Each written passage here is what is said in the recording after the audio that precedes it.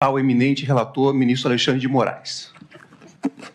Bom dia, presidente. Cumprimento Vossa Excelência, ministro Cristiano Zanin, cumprimento a nossa decana, a ministra Carmen Lúcia, ministro Luiz Fux, ministro Flávio Dino, cumprimento o Procurador-Geral da República, professor Paulo Gonet, cumprimento também, presidente, os advogados presentes que farão sustentações orais, doutor Paulo Renato Garcia Sintra Pinto, doutor Demóstenes Lázaro Xavier Torres, doutor Elmar Roberto Novak, doutor Matheus Maier Milanês, doutor Celso Sanches Vilardi, doutor César Roberto Bittencourt, doutor Andrei Fernandes Farias e doutor José Luiz Mendes de Oliveira Lima.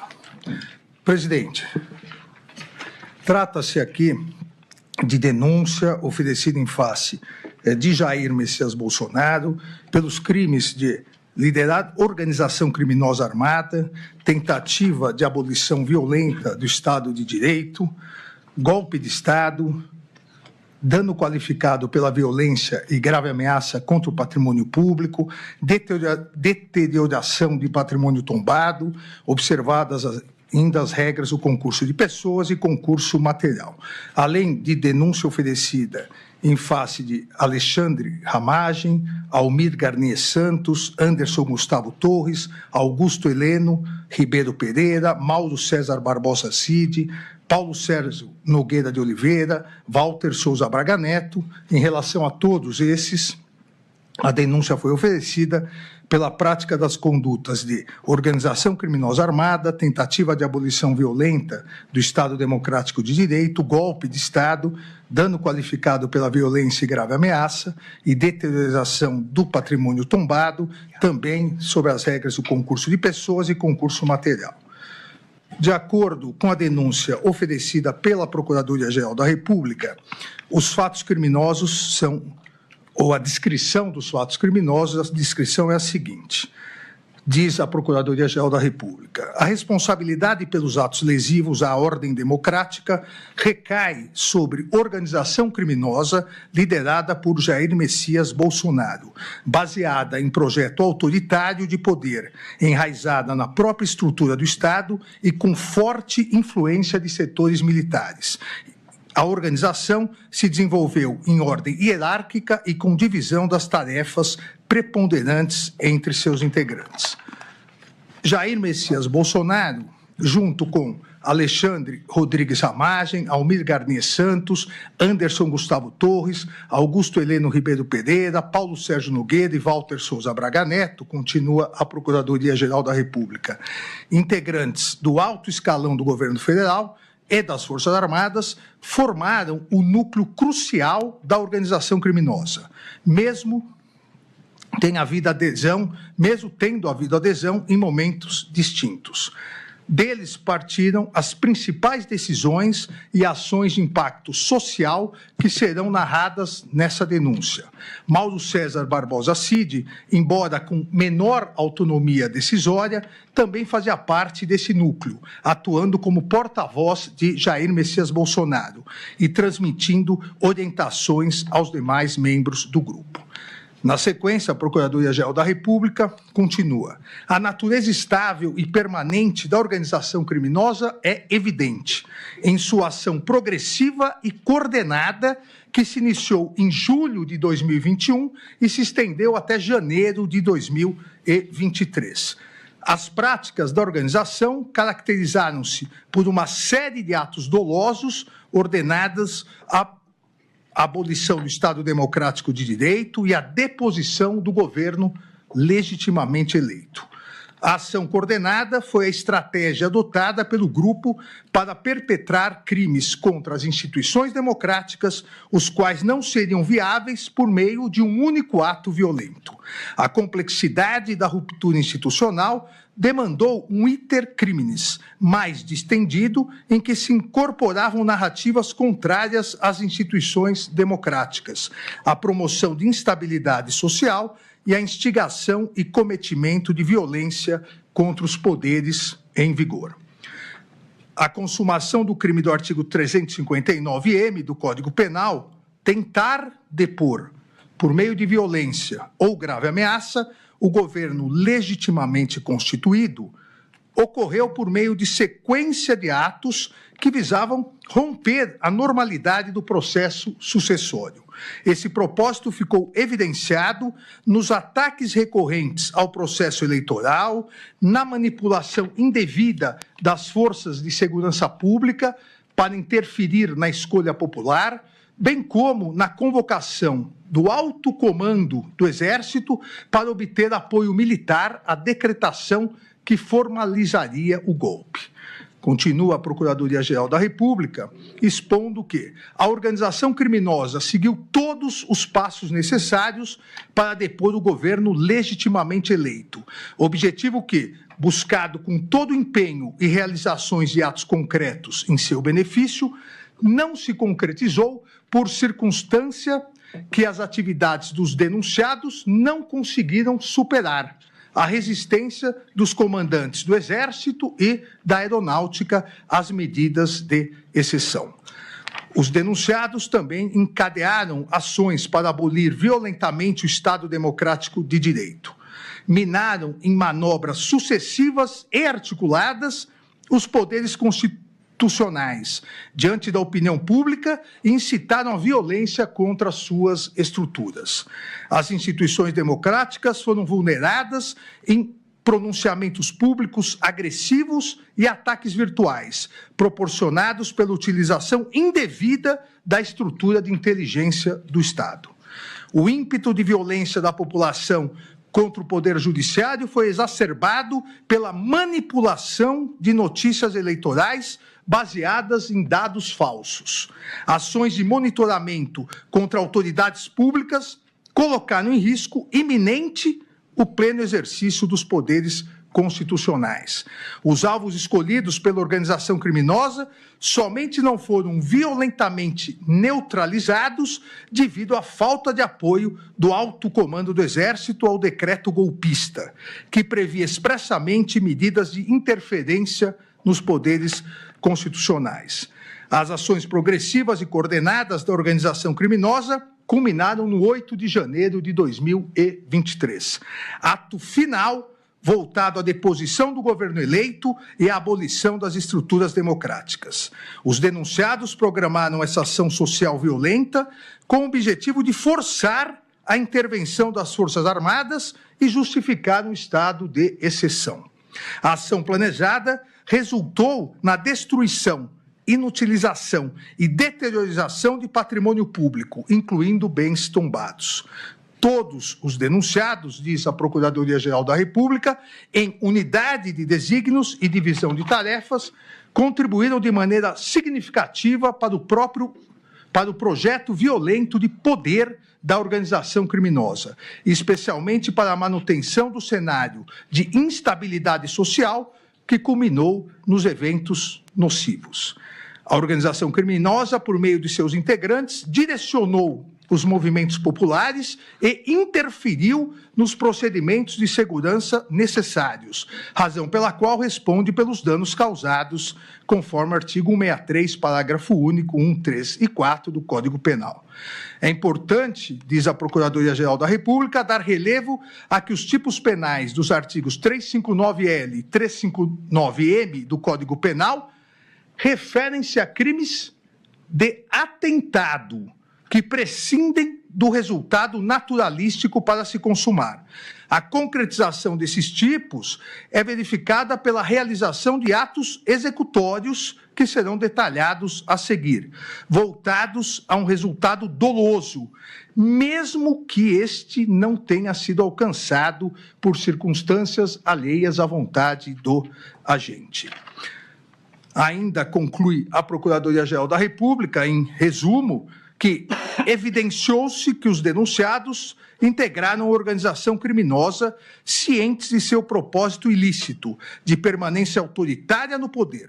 Em unidade de desígnios, dividiram-se em tarefas e atuaram de forma relevante para obter a ruptura violenta à ordem democrática e a deposição do governo legitimamente eleito, dando causa ainda aos eventos criminosos de 8 de janeiro de 2023, na Praça dos três poderes. A partir disso, a Procuradoria-Geral da República denunciou pelos crimes já descritos anteriormente no relatório. Ainda, presidente, na cota de oferecimento da denúncia, em 18 de fevereiro de 2025, há pedidos da Procuradoria, inclusive a concessão de acesso a todas as defesas de todas as provas utilizadas na denúncia, inclusive a colaboração premiada. Em 19 de 2 de 2025, determinei a notificação dos denunciados com cópias da denúncia da íntegra da colaboração premiada, uma vez que, mesmo a lei autorizando o sigilo da colaboração premiada até o momento do recebimento da denúncia, entendi por bem abrir o sigilo da colaboração premiada antes desse momento, para que todas as defesas pudessem, como fizeram, impugnar eventuais questões em relação à colaboração premiada. E, então, a notificação dos denunciados com cópias da denúncia, da íntegra da colaboração premiada e da decisão, e da minha decisão, para oferecimento de respostas no prazo de 15 dias, como determina expressamente o artigo 4º da Lei 8.038, de 1990, que rege os procedimentos nos tribunais superiores e no Supremo Tribunal Federal. Assim como já me adiantei, determinei o levantamento do sigilo da petição 11.767, no qual foi homologado o acordo de colaboração premiada, firmado entre a Polícia Federal e Mauro César Barbosa Cid. Na mesma data, ainda deferi o pedido da Procuradoria-Geral da República e autorizei a todas as defesas o amplo acesso aos elementos de prova já documentados nas PETs 11.108, 11.552, 11.781, 12.159, 12.732, para pleno conhecimento das investigações relacionadas a todos os denunciados. Determinei ainda que a Secretaria Judiciária disponibilizasse as referidas mídias e gravações no acompanhamento processual, da mesma maneira que foram disponibilizados todos os documentos. Todos os denunciados foram devidamente notificados, apresentaram suas defesas prévias. Em resumo, as principais teses apresentadas pela defesa foram impedimento, suspeição e ausência de imparcialidade deste ministro relator e dos ministros Cristiano Zanin e Flávio Dino. Essas teses foram apresentadas pelas defesas dos denunciados Anderson Gustavo Torres, Augusto Heleno Ribeiro Pereira e Paulo Sérgio Nogueira de Oliveira. Segunda tese, a incompetência do Supremo Tribunal Federal e, subsidiariamente, se não a incompetência do Supremo Tribunal Federal, a incompetência desta primeira turma, pleiteando o julgamento pelo plenário do Supremo Tribunal Federal. Essas teses defensivas foram apresentadas por Almir Garnier Santos, Anderson Gustavo Torres, Augusto Heleno Ribeiro Pereira, Jair Messias Bolsonaro, Paulo Sérgio Nogueira de Oliveira. Diversas nulidades que serão tratadas no momento adequado, como a ilegalidade na apresentação de resposta simultânea entre os acusados e o colaborador, ofensa ao princípio da indivisibilidade da ação penal, ausência de amplo e restrito acesso aos elementos de prova constante nos autos, existência de document dump, ilegalidade da decisão que determinou a instauração do inquérito 487, existência de prova ilícita e a chamada pesca probatória. Essas nulidades foram apresentadas em sua somatória pelas defesas de Augusto Heleno Ribeiro Pereira, Jair Messias Bolsonaro, Paulo Sérgio Nogueira de Oliveira, Walter Souza Braga Neto. Também foi apresentada a tese defensiva pela defesa de Jair Messias Bolsonaro de aplicação das regras do juízo de garantias ou algo semelhante nas ações penais originárias no âmbito desta Suprema Corte. As defesas de Jair Messias Bolsonaro e Walter Souza Braga Neto apresentaram, também como tese defensiva, a nulidade do acordo de colaboração premiada firmado entre a Polícia Federal e Mauro César Barbosa Cid. Por seu lado, a defesa de Mauro César Barbosa Cid apresentou o pedido de confirmação da validade da colaboração. Também pediram, na sequência, a inépcia da denúncia, todas as defesas, de Alexandre Ramage Rodrigues, Almir Garnier Santos, Anderson Gustavo Torres, Augusto Heleno Ribeiro Pereira, Jair Messias Bolsonaro, Paulo Sérgio Nogueira de Oliveira e Walter Souza Braga Neto. Também todas as defesas alegaram ausência de justa causa para o oferecimento da denúncia. Na sequência, presidente,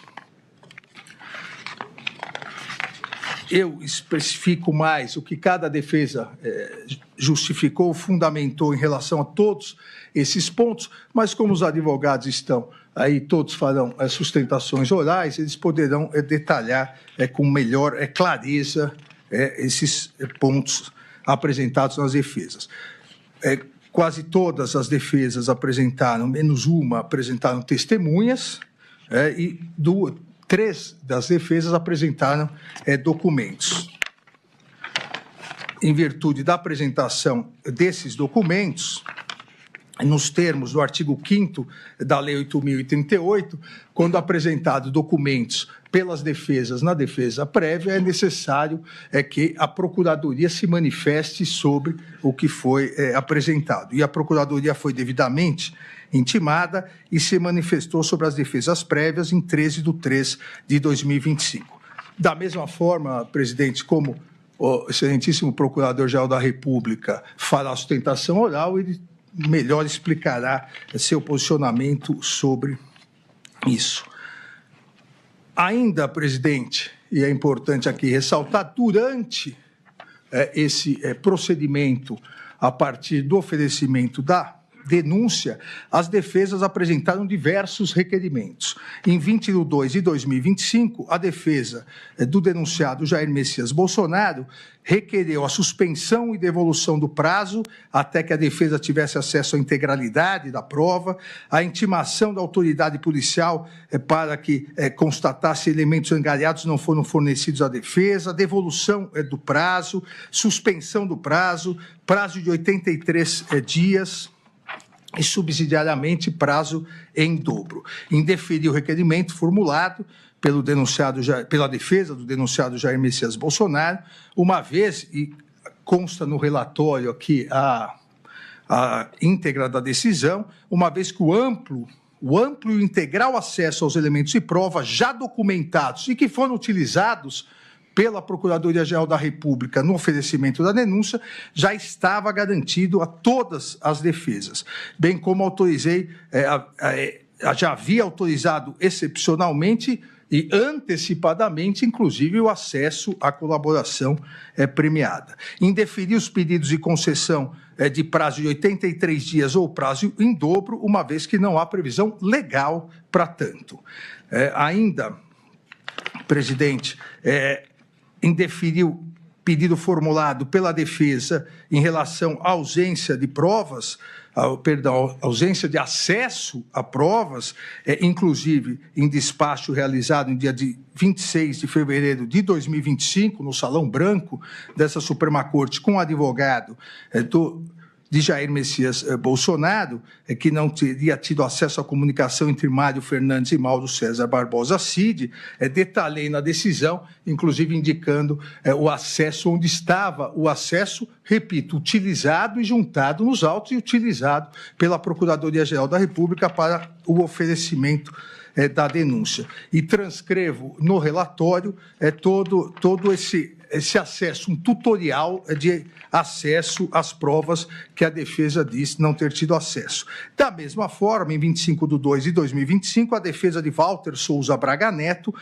fez os mesmos requerimentos, tanto em relação a um suposto a inexistência de um suposto não acesso, não acessibilidade às provas, quanto de uma devolução do prazo ou prazo em dobro. Da mesma forma que os mesmos fundamentos em deferir, consta no relatório detalhadamente as questões de indeferimento, que deixarei de ler, presidente, uma vez que essa é uma das teses defensivas e, no momento adequado, na votação, eu detalharei mais especificamente. As defesas de Jair Messias Bolsonaro e Walter Souza Braga Neto interpuseram agravo regimental contra as decisões de indeferimento, abrir vista aos autos para a Procuradoria-Geral da República, mas vamos decidir hoje essas questões.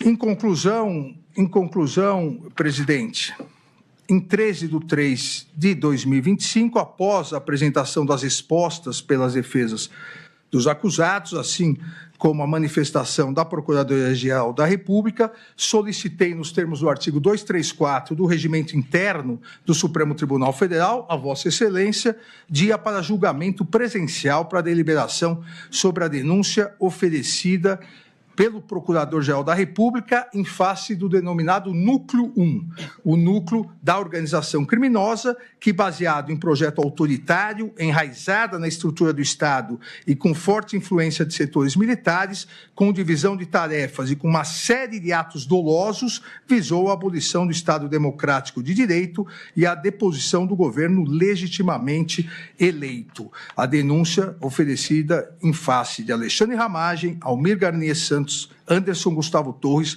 Augusto Heleno Ribeiro, Jair Messias Bolsonaro, Mauro César Barbosa Cid, Paulo Sérgio Nogueira de Oliveira e Walter Souza Braga Neto. A presidência da primeira turma agendou as sessões extraordinárias